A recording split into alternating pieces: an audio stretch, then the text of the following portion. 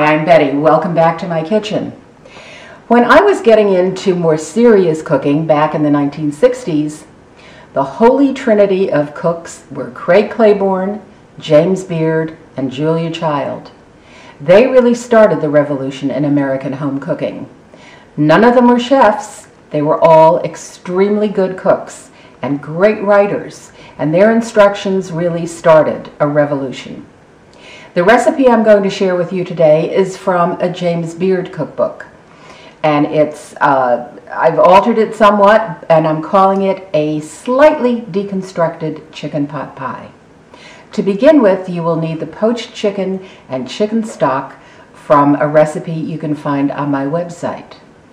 So from there we'll go, and we will need 5 cups of the poached chicken chopped in decent sized pieces. You can use, there will be leftover chicken that you can use for a variety of uses. I want 12 small white onions. These are the frozen variety, which are already peeled and a great convenience. I've got 2 carrots, which I have peeled and chopped. I have about a cup of potato, diced and chopped, and of course to hold it you need to keep it in cold water so it doesn't discolor.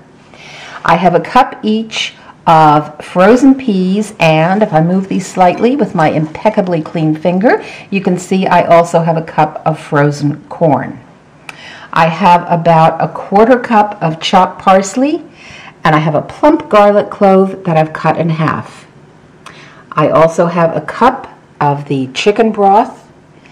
I've got 3 tablespoons of butter, 3 tablespoons of flour, and I have here a cup which is half skim milk and half heavy cream. You can use all skim milk, which will make your sauce a little on the light side. You could use half and half, you could use whole milk, or you can use all cream if you want to be really decadent. And now we'll head to the stove. My chicken stock has just come to a simmer, and actually I added an additional cup because I didn't think one was going to be quite enough to cook these vegetables. What I want you to notice is the beautiful color of this broth, much deeper and richer than that anemic looking stuff you get out of a can. Alright, so I'm going to add the potatoes.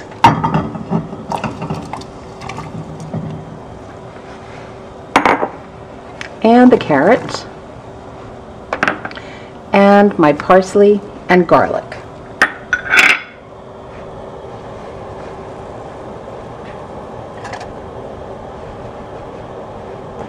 And we'll just give that a stir, and we'll let these cook for about 8 to 10 minutes, just until the vegetables are tender. The vegetables are cooked, and I've drained them, reserving 1 cup of the chicken broth, which we will be using in the sauce. And now for the sauce, I've melted 3 tablespoons of butter, and I'm going to add 3 tablespoons of flour. In making any kind of a cream sauce, it's crucial to cook the flour and the butter together for a few minutes. This gets rid of any floury taste, which is the last thing you want in a sauce.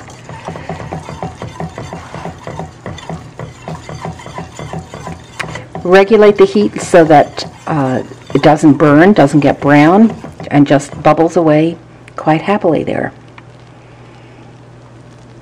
And this will take 2 to 3 minutes.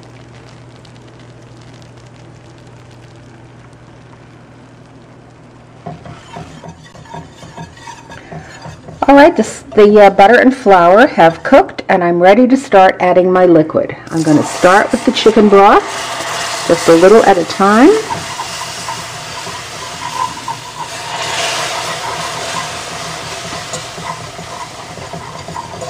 Constantly stirring because we don't want any lumps spoiling our sauce.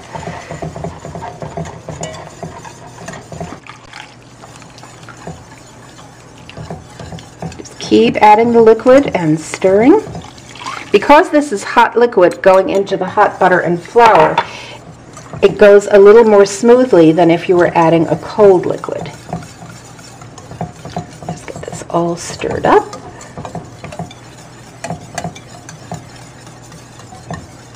And now that that's smooth, I'll add the milk and cream mixture. A cup of that. We're going to want to let this come to a simmer and cook it until it starts to thicken a little.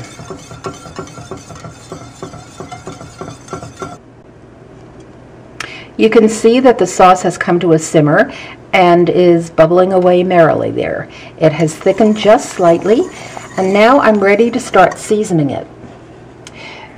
Because there was absolutely no salt in the chicken broth that we used, I'm going to add a good tablespoon of salt.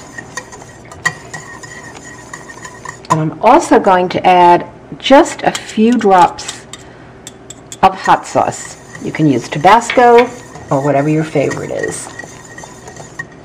And I'm going to put in a few grindings of black pepper.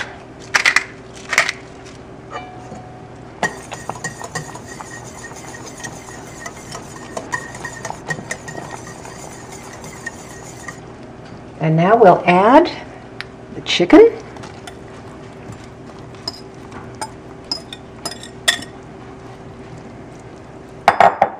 And our vegetables.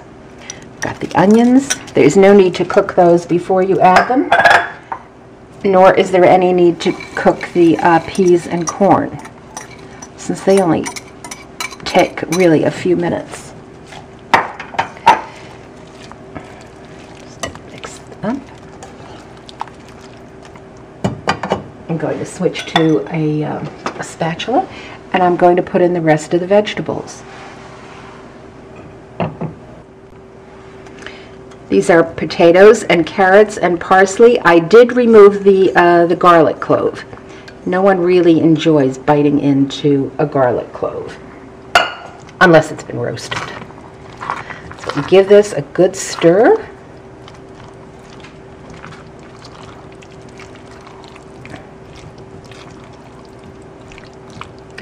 You can see there's enough sauce to moisten this really well. But unlike a lot of the commercial pot pies, which are mostly thick sauce and not very much chicken, you can see this is a really hearty dish.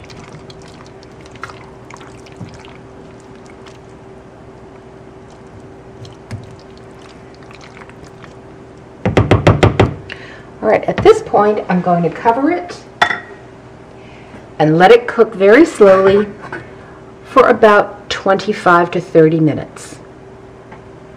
And in the meantime, we'll get our pastry topping ready. Of course, a pot pie wouldn't be a pot pie without a pastry topping. And my favorite is puff pastry. And Pepperidge Farm puff pastry, which is readily available in any grocery store these days, is just fine. And it's really convenient because I'm going to score it right along the fold lines. And then I'm going to cut 2 of these in half.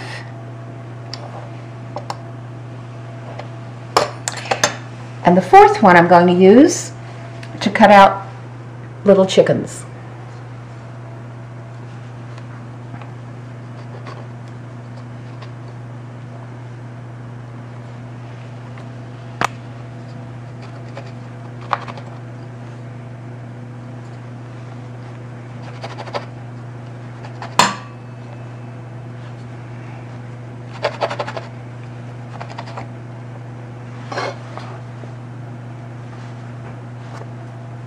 There I have my little chickens.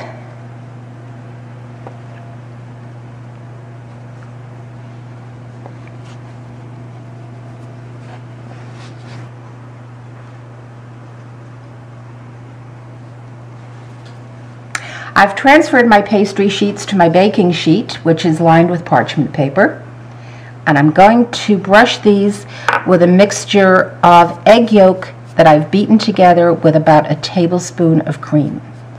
These will give them a beautiful glossy finish.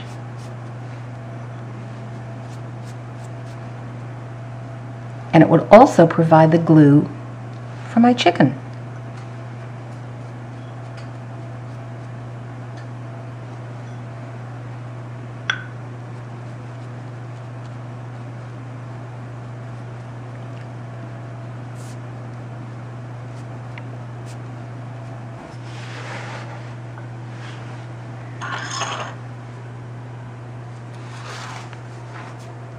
I've preheated my oven to 400 degrees, and now I'm going to pop these in for about 20 minutes until they're nice and puffy and golden brown.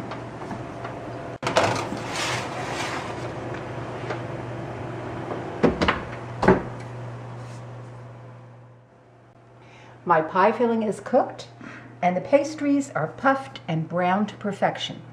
All that remains to do is place one on top of each serving. Another reason I like this deconstructed method is even the bottom of the pastry can turn a beautiful golden brown. It doesn't stay soggy as it would if it were cooked on top of the pie. In addition, you can make all the elements ahead and simply reheat them at the last minute, including the pastry, which you would put in a 350-degree oven. I hope this is a recipe that you'll try and enjoy, and I hope you'll check my website for other recipes.